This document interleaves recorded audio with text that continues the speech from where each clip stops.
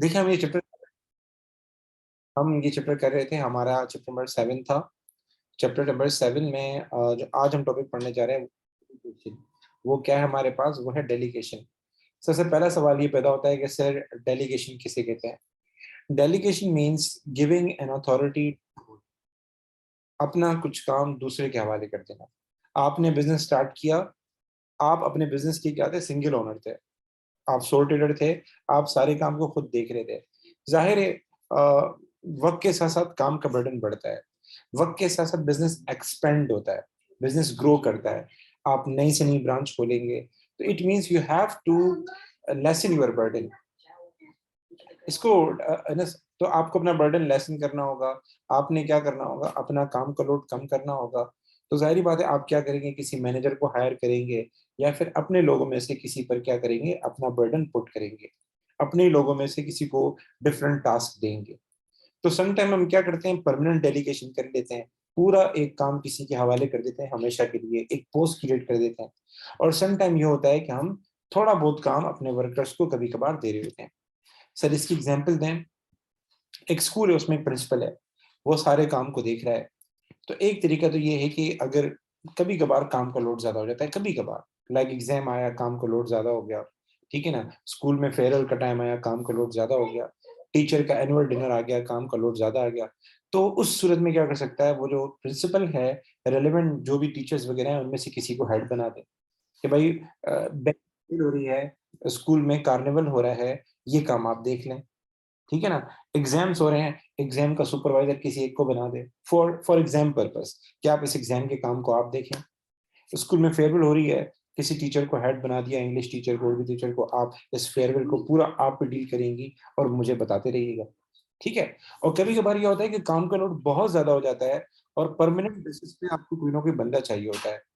तो जैसे आपने देखा होगा ना, बड़े स्कूलों में क्या होता है, एसएम होता है, ठीक है ना, सेक्शन मास्टर होता है, प्रिंसिपल के बाद एसएम होता है, स्कूल हेड होता है। तो बड़े बड़े स्कूलों में क्या होता है कि वो बकायदा ओ लेवल के अलग हेड हायर करते हैं, ए लेवल के अलग हायर करते हैं, प्राइमरी के अलग हेड हायर करते हैं। तो इसको हम कहते हैं परमानेंट डेलीगेशन। तो डेलीगेशन का मतलब क्या है, giving an authority to your subordinate, अपने से नीचे लोगों को अथॉरिटी देना, ठीक है, अपने से नीचे लोगों को अथॉरिटी देना, उनके टास्क बढ़ा देना, उनके काम बढ़ा देना। इसको आप एक तरीके से कह सकते हैं कि डेलीगेशन उसमें आता है, जॉब एनरिचमेंट में आता है। आपने पढ़ी थी ना जॉब एनरिचमेंट, कभी कभार सवाल आ जाए वर्कर को कैसे मोटिवेट करें, आप जॉब एनरिचमेंट की एग्जांपल दे सकते हैं और उसको रेफर कर सकते हैं हर्ट्जबर्ग की थ्योरी के साथ, और वहां आप जो है क्या नाम है, डेलीगेशन का हवाला दे सकते हैं। यहां तक बातें क्लियर है? अच्छा जी, जी जी बेटा, एक मिनट। जॉब इंटरेस्टमेंट बड़ा अच्छा है, जॉब रोटेशन मुनासिब नहीं है, जॉब इंटरेस्टमेंट का अच्छा वर्ड है। क्योंकि डेलीगेशन में क्या होता है, आप अपने टास्क किसी और को दे रहे हैं। भाई प्रिंसिपल, एक काम प्रिंसिपल का है, वो अपने सबॉर्डिनेट को दे रहा है, एक काम बड़े हेड का है, वो अपने एम्प्लॉय को दे रहा है, तो यानी उसका लेवल आप बढ़ा रहे हैं, उसका स्टेटस बढ़ा रहे हैं, ठीक है। तो जॉब इंटरेस्टमेंट में क्या होता है, स्टेटस बढ़ता है, रिस्पॉन्सिबिलिटीज भी बढ़ती हैं, स्टेटस भी बढ़ता है। इसीलिए कह रहा मैं, डेलीगेशन को आप जॉब इंटरेस्टमेंट के साथ क्या कर सकते हैं, लिंक कर सकते हैं। आगे चलते हैं, बिजनेस को पढ़ना कैसे है, बुक पढ़नी कैसे है। बुक पढ़ने का तरीका ये है कि पहले आप डेफिनेशन याद करें, ये आप गए, ये डेफिनेशन है, इसको आप याद कर लें। Delegation means giving a subordinate the authority to perform particular task. कभी कभार डेफिनेशन में दो कीवर्ड नहीं होते, मतलब क्या नाम है, मैंने जैसे बताया ना, हर डेफिनेशन में दो कीवर्ड होंगे, हर डेफिनेशन में दो कीवर्ड होंगे। सो क्या नाम है, जैसे अपॉर्चुनिटी कॉस्ट में हमने बताया था कि it is the next best alternative acquire acquire it is next best alternative for going to acquire anything. यानी अपॉर्चुनिटी कॉस्ट में मैंने बताया था, ये वो चीज है जो आप खो रहे होते हैं किसी और चीज को पाने के लिए, खो रहे होते हैं एक बात किसी और चीज को पाने के लिए, to acquire any other thing. So हर डेफिनेशन के साथ दो कीवर्ड होते हैं। तो कभी कभार आप बुक से डेफिनेशन गो थ्रू करेंगे, तो बुक की डेफिनेशन में दो कीवर्ड नहीं मिलेंगे, जैसे ये डेफिनेशन है। तो समटाइम मुश्किल हो जाता है कि हम इसको कैसे याद करें, हमें मार्क्स मिलेंगे नहीं मिलेंगे। तो एग्जामिनर ने कहा है, बताइए सुन लें, एग्जामिनर क्या करता है, एक होता है एग्जाम्पल कैंडिडेट रिस्पॉन्स, ईसीआर, हर साल लोड करते हैं। उसमें जो बच्चे अच्छे होते हैं, ए वाले होते हैं, बी वाले होते हैं, सी वाले होते हैं, उनके वो क्या बोलते हैं, पेपर्स लोड करते हैं और चेक करके बताते हैं कि इस बच्चे ने क्या क्या मिस्टेक की। तो उसमें लिखा हुआ था कि जो बच्चा बुक से डेफिनेशन देता है, बुक वाली डेफिनेशन लिखता है, उसको हम फुल मार्क्स देते हैं, भले उसमें 2 कीवर्ड हो या ना हो, उसको फुल मार्क्स देंगे। तो आपने क्या करना है, डेफिनेशन जब भी याद करनी अपने लफ्जों में बिल्कुल याद करें, अपने लफ्जों में जब भी याद करें काइंडली मेक श्योर 2 कीवर्ड होने चाहिए, नहीं तो बुक वाली याद कर लें, थोड़ा बहुत अल्फाजों का चेंज हो जाए कोई इशू नहीं है। दूसरा, जब अक्टूबर का महीना आएगा तो अक्टूबर के महीने में आप एमएस पढ़ेंगे, तो एमएस से आपकी डेफिनेशन और स्ट्रांग हो जाएगी। सर आगे चलते हैं, आगे हमारे पास आता है कि डेलीगेशन के क्या फायदे हैं। बेटे ये जरा सुन लें, पेपर में सवाल आया डी पार्ट में, advantages of delegation for the manager, और सवाल आया advantages of delegation for the subordinate, दोनों में फर्क है, एंगल का फर्क है, पर्सपेक्टिव का फर्क है। तो कई बच्चे कहते हैं सर हमने पेपर में तो सारा सही लिखा, आपने सवाल सही रीड नहीं किया। सवाल को बकायदा प्रॉपर्ली रीड क्या करें कि वो किसके एंगल से एडवांटेजेस पूछ रहा है, बिजनेस के एंगल से, कस्टमर के एंगल से, एम्प्लॉय के एंगल से। सो एक मैनेजर जब अपना लोड किसी और को देगा तो उसका क्या फायदा होगा, इसका फायदा ये होगा, इसने पहला फायदा लिखा है कि कंसंट्रेशन उसकी अच्छी हो जाएगी, बाकी कामों पर क्या हो जाएगा, कंसंट्रेशन अच्छी हो जाएगी। एक स्कूल का प्रिंसिपल है, उसको एडमिशन भी देखनी है, सब चीजें देखनी है, अगर वो छोटे मोटे काम, फेयरवेल किसी और को हैंडओवर कर देगा, एग्जाम का काम किसी और को हैंडओवर कर देगा, तो अदर इंपॉर्टेंट टास्क पे वो ज्यादा कंसंट्रेट कर सकता है, इससे बिजनेस की क्वालिटी अच्छी होगी, बिजनेस की रेपुटेशन अच्छी होगी। इसी तरीके से देखिए, इंसान इंसान पे जब काम का लोड ज्यादा होता है, मैं एक एग्जांपल दूं, कई बार ऐसा होता है कि एक ड्राइवर सुबह से लेकर शाम तक गाड़ी चलाता है, जब सुबह से लेकर शाम तक गाड़ी चलाता है तो वो थक जाता है, उसका माइंड काम नहीं करता, उसका माइंड रिफ्रेश नहीं होता। अभी आपने सुना होगा सखर मुल्तान हाईवे पे डाइवो बस का एक एक्सीडेंट हुआ है, और उसकी वजह क्या थी कि जो ड्राइवर था वो बहुत ज्यादा, उस पर काम का लोड था, एग्जॉस्टेड था, वो कंसंट्रेट नहीं कर पाया। तो इंसान पे जब बहुत ज्यादा लोड होता है, बहुत ज्यादा बर्डन होता है, तो फिर मिस्टेक्स भी बहुत करता है। हम टीचर्स क्या करते हैं, स्कूल के बाद थोड़ा आराम करते हैं 1 घंटा, फिर क्लास ट्यूशन पढ़ाते हैं, ताकि हमारा कंसंट्रेशन अच्छा हो सके और हम चीजें भूलें नहीं। वरना समटाइम हम बच्चों के नाम भूल जाते हैं, क्लास में एंटर हुआ, अब्दुल्ला का नाम भूल गया, अक्सा का नाम भूल गया, ये मिस्टेक कॉमन है। तो जब मैनेजर जो है, क्या नाम है, जब उस पर काम का लोड कम होगा, अल्टीमेटली वो फिर मिस्टेक भी कम करेगा, क्योंकि उस पर काम का लोड कम होगा, फोकस एक डायरेक्शन में होगा। उसके बाद एक बड़ी इंपॉर्टेंट चीज है, भाई फ्यूचर में आपने जॉब छोड़नी है, फ्यूचर में आपने जॉब छोड़नी है, चलो जॉब नहीं छोड़नी, आपको कल एब्सेंट होना है, कल आपको उम्रे पे जाना है, कल आपको हज पे जाना है, तो आपकी जगह कौन काम को देखेगा।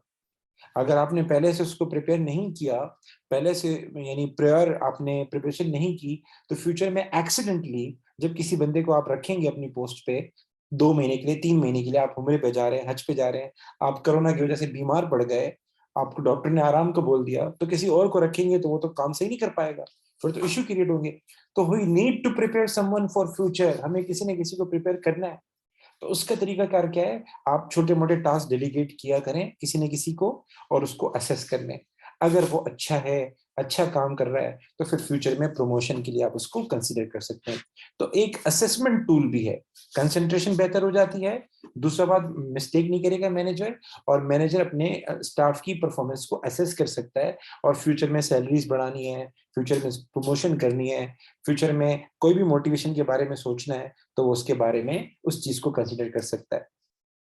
अब आते हैं सबऑर्डिनेट को क्या फायदा है। सबऑर्डिनेट से मुराद वर्कर, फॉर सपोज मैं प्रिंसिपल हूँ, मैंने अब्दुल्ला के हवाले एक काम कर दिया, मैं प्रिंसिपल हूँ, मैंने अली मुश्तबा के हवाले एक काम कर दिया, मैं प्रिंसिपल हूँ, मैंने उजैर के हवाले एक काम कर दिया। सो डेलीगेशन का फायदा उजैर को किस क्या होगा, अब्दुल्ला को क्या होगा। तो देखिए, हमने पढ़ा था कि इंसान एक काम बार बार करता है, बोर हो जाता है, तो जब हम किसी को कोई टास्क डेलीगेट करेंगे, उसकी रिस्पॉन्सिबिलिटीज में इजाफा हो जाएगा, तो ये कहलाएगा जॉब इनरिचमेंट भी एक होता है, और एक और भी होता है, जॉब में भूल गया, जॉब एनलार्जमेंट। जॉब एनलार्जमेंट, तो इससे मोटिवेशन बढ़ेगी। समटाइम क्या होता है, you are doing one single task, और वो बहुत अरसे से करते हुए आ रहे हैं, 5-6 साल से करते हुए आ रहे हैं, कुछ नया काम मिलेगा तो एक नई एनर्जी आप में आ जाएगी। हमारे सिटी स्कूल में हर 3 साल के बाद थिएटर नाइट होती है, थिएटर नाइट, और बड़े हाई लेवल की होती है। तो कई टीचर मैंने देखे हैं बकायदा, जो इतना मतलब यानी हमारे सामने नहीं होते, इतना मतलब यानी वो हाईलाइट नहीं होते इतना ज्यादा कि वो कितने अच्छे हैं। उस पे ये जो इवेंट होता है, क्या नाम है, थिएटर नाइट पे, वो ऐसा परफॉर्म करते हैं, मतलब ड्रामा लिखते हैं, कोई टेबलो बनाते हैं, कि बकायदा में लगता है कि यार इस बंदे के पास बहुत टैलेंट है। तो रीजन क्या है कि वो जॉब समटाइम इंटरेस्टिंग हो जाती है आपकी, और आप फुल अच्छे तरीके से काम कर लेते हैं, ज्यादा बेहतर तरीके से काम कर लेते हैं। इसके अलावा एक बहुत बड़ी बात जो अब्दुल्ला ने लिखी है कि मोटिवेशन मिलती है। आप जब एम्प्लॉइज को टास्क डेलीगेट करेंगे तो उसे लगेगा कि इज ट्रस्टिंग ऑन मी, मेरा हेड मुझ पे ट्रस्ट कर रहा है, इतने सारे वर्कर थे, मुझे ये टास्क दे रहा है, मुझ पे ट्रस्ट कर रहा है। एक सेंस ऑफ बिलोंगिंग मिलेगी उसको, एक सेंस ऑफ रिस्पॉन्सिबिलिटी मिलेगी, एक पार्ट ऑफ बिजनेस का टच आएगा, एक फील आएगा। इससे भी इंसान क्या होगा, मोटिवेट होगा। उसके अलावा डेलीगेशन जरूरी है। अगर आप चाहते हैं कि आपकी ऑर्गेनाइजेशन में वर्कर वक्त के साथ साथ आगे बढ़ते रहें, तो छोटे मोटे टास्क उनको डेलीगेट किया करें, ताकि आप उनकी परफॉर्मेंस को असेस कर सकें और वो भी ट्रेन हो सकें। एक आप स्कूल छोड़ के चले गए, आपकी जगह कोई और हेड आएगा, तो ऐसे हेड नहीं रखा जाता, हमेशा एक्सपीरियंस देखा जाता है। तो वो टीचर्स जिन्होंने छोटे मोटे टास्क किए होते हैं, छोटे मोटे काम किए होते हैं, उन्हीं को क्या नाम है, एज अ हेड कंसीडर किया जाता है। तो इसमें वर्कर को ट्रेनिंग भी मिलती है और वर्कर को फायदा भी होता है। अब एक सवाल पैदा होता है कि क्या नाम है, एक सवाल आपसे पूछ रहा हूँ कि बहुत सारे जो मैनेजर होते हैं वो डेलीगेशन नहीं करते। बहुत सारे मैनेजर क्या करते हैं, डेलीगेशन नहीं करते, वो अपना काम किसी और के हवाले नहीं करते। फॉर एग्जाम्पल एक क्रिकेट टीम है, एक कैप्टन है, एक कैप्टन है, उसको लगता है कि यार मुझे फ्यूचर के लिए किसी बंदे को कैप्टन बनाना चाहिए, कल मैं एब्सेंट हो जाऊं, कल मैं बीमार हो जाऊं, तो मुझे फ्यूचर में कैप्टनसी किसी को देनी चाहिए। तो छोटे मोटे टूर होते हैं, पाकिस्तान क्रिकेट टीम के छोटे मोटे टूर होते हैं, कभी जिम्बाब्वे का टूर होता है, कभी बांग्लादेश का टूर होता है, कभी नेदरलैंड का टूर होता है, कभी अफगानिस्तान का टूर होता है। तब भी क्या होता है, जो कैप्टन होता है वो जाता है। जैसे बाबर आजम है, लाजमी जाएगा, कैप्टनसी करेगा। हालांकि वो किसी और को मौका दे सकता है, अपने जूनियर को मौका दे सकता है कि यार मैं रेस्ट कर लेता हूँ, आप कैप्टन बन के इस सीरीज में चले जाएं, आपकी परफॉर्मेंस असेस हो जाएगी। तो कई क्रिकेट टीम्स ऐसी हैं, ऑस्ट्रेलिया में ऐसा नहीं होता। ऑस्ट्रेलियन क्रिकेट टीम जो है ना, जब भी उनके छोटे मोटे मुकाबले होते हैं छोटी टीम के साथ, तो जो जैसे उनका अगर फॉर सपोज कैप्टन जो है एरोन फिंच है या जो भी है, वो क्या करेगा, वो उसमें आराम ले लेगा, उस टूर से रेस्ट करेगा और किसी और को अपना हेड बना के भेज देगा टीम का। पाकिस्तान में, इंडिया में ये बहुत रेयर होता है कि वो किसी और को कैप्टन बना के भेजें।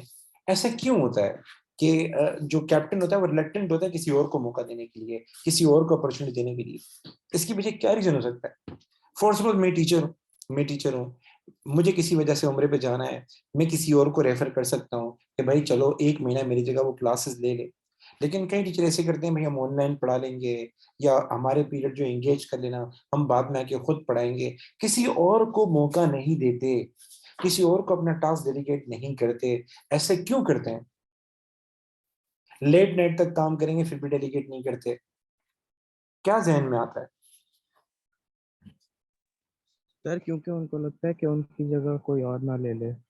एक्सीलेंट, बहुत आला बात। पहली बात ये कि दे थिंक कि वो बंदा अच्छा परफॉर्म करेगा, वो बंदा बेहतर रिजल्ट शो करेगा, एंड अल्टीमेटली हमारी जगह वो क्या हो जाएगा, वो अपॉइंट हो जाएगा। नंबर वन, बहुत आला। और दूसरा, जो क्या नाम है, अक्सर ने बात की, बहुत अच्छी बात की कि आपने किसी को अपना टास्क डेलीगेट कर दिया। आपने कहा ठीक है भाई, आप जो है क्या नाम है 1 महीने के लिए टीचिंग करने, मैं जा रहा हूँ उम्रे पे, आप देख लें। अब हो सकता है कि वो बहुत बुरे तरीके से पढ़ा है, इतना बुरे तरीके से पढ़ा है कि आपको दोबारा बच्चों को शुरू से पढ़ाना पड़े, कॉन्सेप्ट उनके हिला के रख दे। कई बार क्या होता है कि मैनेजर अपना टास्क किसी और को डेलीगेट इसलिए नहीं करता, बिकॉज वो बिलीव नहीं करता उन पे। वो समझता है मेरे वर्कर अभी इनएक्सपीरियंस है, अभी न्यू कमर है, अभी नए हैं, मतलब इसीलिए वो नहीं देता कि भाई शायद काम गलत कर लेंगे। देखें, एक बात याद रखना, जो काम मेरे हवाले है ना, मैं उसकी रिस्पॉन्सिबल हूँ। मेरा हेड मुझसे पूछेगा ये काम गलत क्यों हुआ। अब अगर वो काम मैं अब्दुल्ला के हवाले कर देता हूँ, अब्दुल्ला अगर वो काम खराब करता है, तो भले अब्दुल्ला ने किया हो, लेकिन मैं रिस्पॉन्सिबिलिटी, क्योंकि मुझे दिया गया था ये टास्क, अब्दुल्ला को नहीं दिया गया था। ये तो मैंने अपनी आसानी के लिए इसके हवाले किया। अगर मैंने आपको पाकिस्तान का हेड बनाया और मैं बैठा हूँ इंडिया में, आपने कोई काम था, कोई मसला था, आपने किसी और को हेड बना दिया 1 महीने के लिए, 1 हफ्ते के लिए, और सारा काम खराब हो गया, बिजनेस को लॉस हो गया, तो जो भी बिजनेस का हेड है वो आपसे पूछेगा, दूसरे बंदे से नहीं पूछेगा। वो बोलेगा मैंने आपके हवाले किया था, उसके हवाले थोड़ी काम किया था। अगर मेरा एम्प्लॉय पुअर परफॉर्मेंस देगा तो मेरे लिए प्रॉब्लम होगी। दूसरा, मेरा एम्प्लॉय अच्छी परफॉर्मेंस देगा, तो हो सकता है मेरे लिए जॉब का मसला हो जाए, कल मुझे डिसमिस कर दिया जाए, मेरी पोजीशन छीन ली जाए और उसकी जगह किसी और को दे दी जाए। ठीक है, ये मसले होते हैं। अच्छा जी, अब डेलीगेशन क्यों इंपॉर्टेंट है, ये सवाल आ सकता है। डेलीगेशन इसलिए इंपॉर्टेंट है कि एम्प्लॉय मोटिवेट होता है, हमने डिस्कस कर लिया। डेलीगेशन इसलिए इंपॉर्टेंट है कि employ give guidance and advice to employees they manage. ठीक है, आपको फायदा होगा, आप गाइडेंस मिलेगी, आपको इंस्ट्रक्शन मिलेगी, आप ट्रेन होंगे। Inspire employees they manage to achieve more. Employees को क्या है, मोटिवेशन मिलती है, इंस्पिरेशन मिलती है कि हम पे ट्रस्ट किया गया है। डेलीगेशन, एक गुड मैनेजर, एक मिनट सबर कीजिएगा, एक मिनट सबर कीजिएगा। यार वो हम पढ़ रहे थे कि अच्छे मैनेजर के लिए डेलीगेशन क्यों इंपॉर्टेंट है, ताकि वो एम्प्लॉय को मोटिवेट करे, उन्हें गाइडेंस दे सके, ठीक है ना, एम्प्लॉयज को इंस्पायर कर सके, मतलब यानी उनके लिए एग्जाम्पल बने, ठीक है, और वो बाकी चीज़ों पे ज़्यादा अच्छी तरीके से ध्यान दे सकता है और बिजनेस की ओवरऑल प्रॉफिट भी बढ़ सकती है। आपकी बुक में इस तरह के छोटे छोटे डायग्राम बने हुए होंगे, ये बहुत इंपॉर्टेंट है। अगर आपको कोई चीज़ चुटकी में याद करनी हो तो ये डायग्राम पढ़ लिया करें, इसे कहते हैं माइंड मैप। इससे चीज़ें इजीली पिक हो जाती हैं। तो अगर मुझे टाइम मिला, मुझे लाइफ में टाइम मिला, तो इन सारे डायग्राम की मैं एक पीडीएफ फाइल बना दूंगा। अगर मुझे टाइम मिला तो मैं एक पीडीएफ फाइल बना के भेज दूंगा। अच्छा जी, हम आगे चलते हैं, टाइम बहुत शॉर्ट है, लिंग्विस्टिक हमने डिस्कस कर लिया था। आई होप कि आपको लीडरशिप में ऐसा कोई इशू नहीं होगा। अच्छा जी, ट्रेड यूनियन पे आते हैं। ट्रेड यूनियन की पहले हम डेफिनेशन समझ लेते हैं। A trade union is a group of employees who have joined together to ensure their interests are protected. Employees के साथ बड़े मसले होते हैं, जो हमारे पास एम्प्लॉइज काम कर रहे होते हैं उनके साथ कुछ इश्यूज होते हैं। इश्यूज क्या होते हैं? कभी उनको जॉब से निकाल दिया जाता है, नंबर वन इशू, बगैर बताए जॉब से निकाल दिया जाता है। कभी कभार वर्किंग कंडीशन प्रॉपर नहीं होती, जैसे बरसात हो रही है तो इलेक्ट्रिक शॉक लग गए, और क्या नाम है, बरसात हो रही है, जहां वो रहते हैं वहां पानी आ गया, और बीमार पड़ गए तो उनको इलाज मुआवजे के पैसे नहीं मिलते, मेडिकल के पैसे नहीं मिलते। हालांकि एम्प्लॉय का राइट है कि अगर काम मुश्किल है, काम हार्ड है, एक्सीडेंट हो रहे हैं, इंजरीज हो रहे हैं, तो एटलीस्ट मेडिकल के पैसे मिलने चाहिए। तो एम्प्लॉयज को एक्सप्लॉइट किया जाता है। कभी स्वेट शॉप होती है। स्वेट शॉप ये होती है कि एम्प्लॉय एक जगह काम कर रहा है, बहुत गर्मी है, टेम्परेचर बहुत हॉट है, इससे क्या हो रहा है, उसको पसीना ज्यादा आ रहा है और डिहाइड्रेशन हो रही है। सो कभी वर्किंग कंडीशन प्रॉपर नहीं होती, कभी बेवजह डिडक्शंस होती हैं, कभी क्या होता है आपको मेडिकल अलाउंस नहीं मिलता, कभी आपको क्या कर दिया जाता है, जॉब से डिसमिस कर दिया जाता है। एक मिनट वेट कीजिएगा बेटा, बेटा मुस्तफा माइक बंद कर दें। अच्छा जी, सो इस एक्सप्लॉइटेशन को कैसे रोका जाए? तो एक तरीका ये कि आप खुद जाके बात करें, जिसके साथ मसला हो रहा है वो खुद जाके बात करे। तो अकेला बंदा शायद अपनी बात को नहीं रख सकता। क्या मतलब? अगर मैं जाके बोलता हूँ मेरी पे बढ़ा दो, मैनेजमेंट कहती है हम नहीं बढ़ाते, मैं क्या कर सकता हूँ मुझे बताएं? मैं यही कर सकता हूँ, जॉब छोड़ के चला जाऊंगा, वो मेरी जगह किसी और को रख लेंगे। एक बंदे से मसला नहीं होता उनको। मैं चला जाऊं, सर आपने जो है मेरा हाथ कट गया था, मेरा हाथ आ गया था मशीन के अंदर और मेरे 1 लाख रुपए खर्चा आया, काइंडली वो मैनेज कर दें। मैं तो इतना नहीं कमाता। वो बने हम मैनेज नहीं करते, मैं क्या करूंगा? एट दी एंड जॉब छोड़ के चला जाऊंगा, वो किसी और को रख लेंगे। तो a single person may not have such power जब सारे बंदे मिलके बात करें। तो ट्रेड यूनियन का बेनिफिट क्या होता है? ये सारे वर्कर्स जो उसके मेंबर्स होते हैं उनके अगेंस्ट बात करती है। मतलब अगर एक कंपनी में 1000 बंदे काम करते हैं और वो 1000 ट्रेड यूनियन को ज्वाइन करके बैठे हैं, वो सारे के सारे ट्रेड यूनियन के क्या है, मेंबर हैं। ये एक तंजीम होती है, एक ऑर्गेनाइजेशन होती है, जिसमें जिसमें वर्कर मेंबर्स होते हैं, और ये तमाम वर्कर को रिप्रेजेंट करती है। तो इसका बेनिफिट क्या होगा? जब ट्रेड यूनियन का रिप्रेजेंटेटिव जाके बात करेगा, जब ट्रेड यूनियन का जनरल सेक्रेटरी जाके बात करेगा कि सर कल आग लग गई थी और 10 एम्प्लॉइज के हाथ आ गए थे, मसला आ गया था, ये आ गया था, काइंडली पे कर दें, कंपनी कहती है वी विल नॉट पे, हम पे नहीं करते। तो पता है वो क्या कर सकती है? सारे के सारे 1000 वर्कर स्ट्राइक कर सकते हैं। सारे, एक वर्कर स्ट्राइक करेगा मशीन नहीं रुकेगी, एक वर्कर स्ट्राइक करेगा इतना लॉस नहीं होगा। 1000 वर्कर जब स्ट्राइक करेंगे, मेरा आपसे सवाल है, मशीन चलेगी नहीं? 1000 वर्कर स्ट्राइक करेंगे, क्योंकि प्रोडक्शन होगी नहीं। और एक दिन की प्रोडक्शन बहुत बड़ा नुकसान है। हमारी सोच है, यानी एक कंपनी थी, मुझे इसका नाम याद नहीं आ रहा, उनका रॉ मटेरियल का मसला हो गया था। पीछे से रॉ मटेरियल आता है, रॉ मटेरियल वो स्टॉप हो गया था, कोई इशू हो गया था, जिस वजह से उनको रॉ मटेरियल नहीं मिला। और रॉ मटेरियल ना आने की वजह से 3 दिन उनकी प्रोडक्शन रुकी। 3 दिन की प्रोडक्शन की वजह से उनका $1.5 बिलियन नुकसान हुआ, उस कंपनी का $1.5 बिलियन नुकसान हुआ। तो जितनी बड़ी कंपनी होगी, जितने ज्यादा एम्प्लॉयज होंगे, उतना उनके पास क्या होगी, बार्गेनिंग पावर होगी। तो ट्रेड यूनियन के पास क्या होता है, सारे के सारे वर्कर इसके मेंबर होते हैं, तो इनके पास बार्गेनिंग पावर ज्यादा होती है। एंड बार्गेनिंग पावर ज्यादा होने की वजह से जो भी आपका एम्प्लॉयर होता है वो बात सुनता है। तो इसका बेनिफिट क्या है? एक सवाल पैदा होता है कि एम्प्लॉय, बहुत सारे एम्प्लॉयर क्या करते हैं, जो कंपनी के मालिक होते हैं, वो बोलते हैं ट्रेड यूनियन होनी चाहिए। उसका फायदा क्या है? देखिए, एक एक वर्कर को मैं नहीं सुन सकता, मैं एक एक वर्कर को नहीं सुन सकता, लेकिन अगर एक ट्रेड यूनियन है और वो सारे वर्कर को रिप्रेजेंट कर लेती है, और इसका एक रिप्रेजेंटेटिव मेरे पास आता है, उसका जनरल सेक्रेटरी मेरे पास आता है, और वो बोलता है सारे वर्कर को ये मसला है, तो मैं एक बंदे से सुकून से बात कर सकता हूँ। तो बजाय एक एक वर्कर की मैं बात सुनूं, चाहे छोटा वर्कर हो चाहे बड़ा वर्कर हो, इन सब वर्कर के अगेंस्ट अगर एक बंदा आ जाए उनको रिप्रेजेंट करने के लिए, वो मुझसे बात करे, तो स्मूथ कम्युनिकेशन हो सकती है। तो बहुत सारे एम्प्लॉयर ये कहते हैं कि ट्रेड यूनियन होनी चाहिए, ताकि कम्युनिकेशन हमारी क्या हो जाए, इफेक्टिव हो जाए, और वर्कर के प्रॉब्लम क्या हो जाए, टाइमली सॉल्व हो जाए।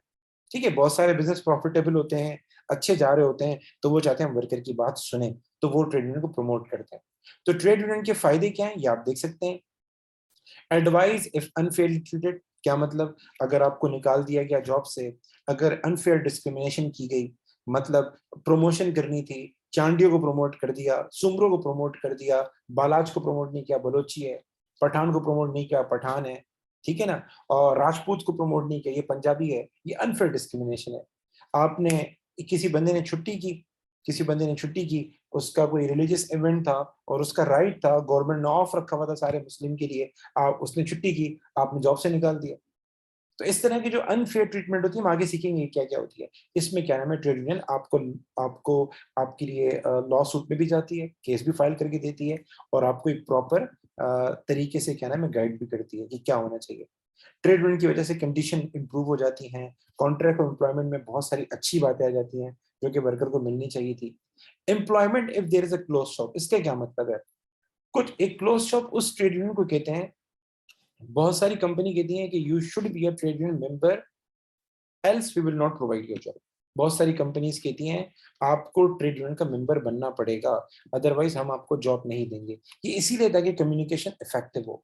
ठीक है, तो उस सूरत में क्या नाम है, आपको क्या बेनिफिट है, अगर आप ट्रेड यूनियन के मेंबर हैं तो आपको जॉब मिल सकती है। ठीक है, अच्छा जी, possible influence on government decision. Trade union बकायदा जो अच्छी ट्रेड यूनियन है, जैसे स्टील मिल की हो गई, स्टील मिल के अंदर 15,000 एम्प्लॉइज हैं, तो जो अच्छी कंपनीज हैं उनकी जो ट्रेड यूनियन होती है बकायदा वो गवर्नमेंट के साथ भी डील करती है, बकायदा इलेक्शन होते हैं इनके आपस में, और ये बकायदा जिसे पॉलिटिकल पार्टी से भी टच में होती है, तो ये भी फायदा होता है। Services such as insurance, social facilities, इसका क्या मतलब है, कुछ ट्रेड यूनियन इतनी अच्छी होती है वो बकायदा अपने स्कूल बनाती हैं, वो बकायदा अपना पूरा सिस्टम बनाती हैं, और उसके फायदे एम्प्लॉयज को भी मिलते हैं। इम्प्रूव वर्किंग कंडीशन, ये हम पढ़ चुके हैं। ठीक है, आपको डिसमिस कर लिया जाए, जॉब से निकाल दिया जाए, उसमें भी क्या करती है, आपको एडवाइस करती है। अच्छा जी, improve communication between employees and management, हम पढ़ चुके हैं। तो ये है हमारे पास ट्रेड यूनियन, ये आप पढ़ चुके हैं। यहां तक कोई सवाल, is there any question from this, जल्दी बताएं। अच्छा जी, ट्रेड यूनियन के अगर आप मेंबर बनेंगे तो क्या प्रॉब्लम हो सकती है, आपको हर महीने एक सब्सक्रिप्शन देनी पड़ेगी। जिस तरह वो होता है ना, जिम खाना के चार्जेस होते हैं, इस तरह मेंबरशिप फी होती है। वो इसीलिए होती है, कुछ लोग जॉब करते हैं, आपके लिए काम कर रहे होते हैं, बातें कर रहे होते हैं, दूसरी एक्टिविटीज कर रहे होते हैं, लॉ वगैरह के हवाले से, लॉयर के हवाले से, तो कुछ चार्जेस आपको पे करने पड़ेंगे, वो इंतहाई मिनिमल होते हैं। Workers may be required to take industrial action even even if they don't agree. इसके किसी को आइडिया है कि अगर हम ट्रेड यूनियन के मेंबर होंगे तो worker may be required to take industrial action, या फिर to be a part of industrial action, इसका क्या मतलब है, एनीवन, कोई बंदा आइडिया दे सकता है कि what do mean by industrial action.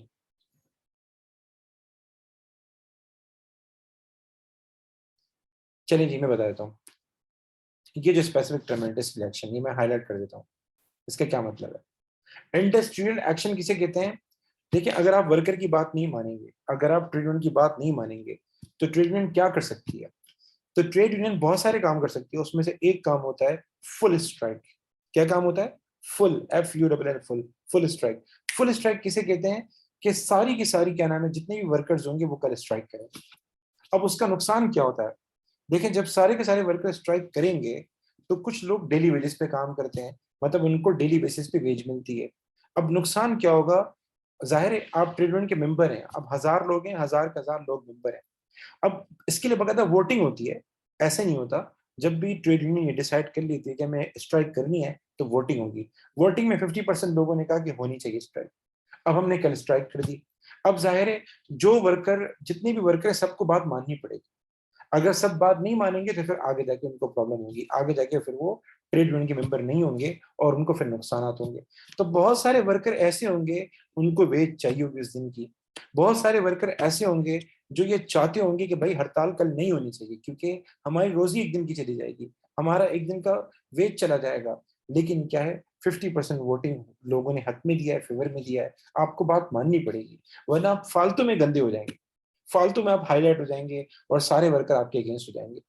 सो ये एक नुकसान होता है कि अगर फुल स्ट्राइक वाली नौबत आती है तो there might be some worker जो कि नहीं चाहते होंगे हड़ताल हो, और जो कि नहीं चाहते होंगे कि हमारी एक दिन की वेज आए हो, लेकिन उनको पार्ट बनना पड़ेगा। अच्छा, ये था हमारा आखिरी ये 7 चैप्टर। इसमें सवाल कैसा आ सकता है ट्रेड यूनियन का, तो ये एक बहुत प्यारा सवाल है। Do you think Sasha is right to say that हर worker do not need to join a trade union? इसको जरा पढ़ लेते हैं, थोड़ा सा टाइम लगेगा, 1 मिनट कीजिएगा। Sasha own a business which produces office furniture. मैं इसको बड़ा कर देता हूँ। Sasha owns a business which produces office furniture. She employs 100 workers in the operation department and 15 workers in the offices. 100 worker उसके operation department में काम करते हैं, मतलब प्रोडक्शन डिपार्टमेंट में काम करते हैं, और 15 वर्कर ऑफिस में काम करते हैं। Sasha believe in a democratic leadership style. Sasha believe करती है डेमोक्रेटिक लीडरशिप स्टाइल, मतलब वर्कर की बात सुनती है, वर्कर सजेशन वो लेती है। Sasha says that being a good manager is very important to the success of the business. Very few workers leave each year. हर साल बहुत कम लोग छोड़ के जाते हैं, बहुत कम लोग छोड़ के जाते हैं। She says no need for any of her worker to join a trade union. अब ये सवाल जरा देख लें। Do you think Sasha is right to say that her worker do not need to join a trade union? इसका answer कैसे देंगे sir? हम पहले लिखेंगे पॉजिटिव पॉइंट। पॉजिटिव पॉइंट क्या लिखेंगे कि क्या नाम है, पॉजिटिव पॉइंट ये लिखेंगे कि क्या नाम है कि ट्रेड यूनियन को ज्वाइन इसलिए नहीं करना चाहिए, खामखा वर्कर को कॉस्ट पे करनी पड़ेगी, ठीक है ना। ऑर्गेनाइजेशन में सिर्फ 100 वर्कर्स हैं और साशा वैसे ही डेमोक्रेटिक लीडरशिप स्टाइल यूज करती है, तो वो वर्कर की सजेशन वैसे ही सुनती है। सो ज्यादा ज्यादा मतलब यानी वो वर्कर्स को हाईलाइट कर सकती है, ज्यादा वर्कर को मोटिवेट कर सकती है। तो इसीलिए क्या नाम है, पॉजिटिव पॉइंट हम ये लिखेंगे कि साशा इसलिए राइट है क्योंकि वो डेमोक्रेटिक लीडरशिप स्टाइल यूज कर रही है और बिजनेस में 100 के करीब एम्प्लॉइज हैं। सो इनकी कम्युनिकेशन वैसे ही बहुत अच्छी है और बिजनेस भी अच्छा चल रहा है। क्यों, अच्छा क्यों ट्रेड यूनियन को ज्वाइन करना चाहिए वर्कर को? क्योंकि बहुत सारी चीजें ऐसी होती हैं जिनको डील करना जरूरी है, टाइमली मैनर में डील करना जरूरी है, और बहुत सारे वर्कर बार्गेनिंग पावर जैसे नहीं बोलते होंगे। तो ट्रेड यूनियन ज्वाइन करना इसलिए जरूरी है वर्कर का कि कम्युनिकेशन अच्छी हो जाएगी, वर्कर्स की कम्युनिकेशन अच्छी हो जाएगी, इफेक्टिव हो जाएगी, और आखिर में डिसीजन लेना है आपने। अब डिसीजन में क्या बातें हैं? डिसीजन में एक ये बात है कि अगर बिजनेस स्मॉल है, बिजनेस स्मॉल है और हालात अच्छे हैं, मतलब एक्सटर्नल एनवायरनमेंट बेटर है, बिजनेस स्मॉल है, हालात अच्छे हैं, मैनेजर का जो स्टाइल ऑफ लीडरशिप है वो लेजिस फेयर है, डेमोक्रेटिक है, तो उस सूरत में ट्रीटमेंट नहीं होनी चाहिए। लेकिन बिजनेस बड़ा है, बिजनेस बड़ा है, बिजनेस बड़ा है, लार्ज बिजनेस है, मार्केट कंडीशन अच्छी नहीं है, कभी प्रॉफिट होता है, कभी लॉस होता है, और मैनेजर ज्यादातर अगर ऑटोक्रेटिक लीडरशिप स्टाइल यूज करता है, तो उस सूरत में फिर ट्रेड बेहतर ऑप्शन है, बेहतर ऑप्शन है। अच्छा सर, इसका नेगेटिव पॉइंट क्या होगा? मैंने पॉजिटिव पॉइंट ये बताया कि नेगेटिव पॉइंट मैंने ये बताया साशा के लिए कि भाई वर्कर को ट्रीटमेंट ज्वाइन करनी चाहिए नहीं करनी चाहिए, ठीक है। वर्कर को ट्रेनिंग ज्वाइन करनी चाहिए। क्यों ज्वाइन करनी चाहिए? कम्युनिकेशन क्या हो जाएगी, इफेक्टिव हो जाएगी। क्यों नहीं ज्वाइन करनी चाहिए, उसके लिए मैंने केस स्टडी से पॉइंट निकाले। वरना तो काफी सारे बच्चे ये भी बोलते हैं, काफी सारे बच्चे ये भी कहते हैं कि वर्कर ट्रेनिंग ज्वाइन करेंगे तो उनको लाजमी बात है चार्जेस पे करने पड़ेंगे, ठीक है। एक तो ये रीजन बताते हैं बहुत सारे लोग। बहुत सारे बच्चे ये भी बोलते हैं वर्कर ट्रेनिंग अगर ज्वाइन करेंगे तो उनको इंडस्ट्रियल एक्शन का पार्ट बनना पड़ेगा, ये वाला पॉइंट भी लिख सकते हैं। पर मैंने ये वाला पॉइंट नहीं बताया। मैंने कौन सा पॉइंट बताया? मैंने कहा, मैंने केस स्टडी से पॉइंट उठा लिया कि साशा जो है डेमोक्रेटिक लीडरशिप स्टाइल यूज कर रही है और ऑपरेशन डिपार्टमेंट में जस्ट 100 वर्कर्स हैं, तो इनकी कम्युनिकेशन माशाल्लाह से अच्छी कम्युनिकेशन है, तो इनको जरूरत नहीं है, इनको जरूरत नहीं है। मैंने ये वाला पॉइंट बोला है। हालांकि आप सब्सक्रिप्शन वाली बात भी कर सकते हैं इसमें नेगेटिव पॉइंट में कि वर्कर को सब्सक्रिप्शन देनी पड़ेगी, और तीसरी बात आप ये भी कर सकते हैं कि worker has to become a part of industrial action even though they are not happier with this, तब भी उनको होना पड़ेगा। ये वाला पॉइंट में नेगेटिव पॉइंट में लिख सकते हैं। जी बेटा, कोई सवाल? जी बेटा, कोई सवाल?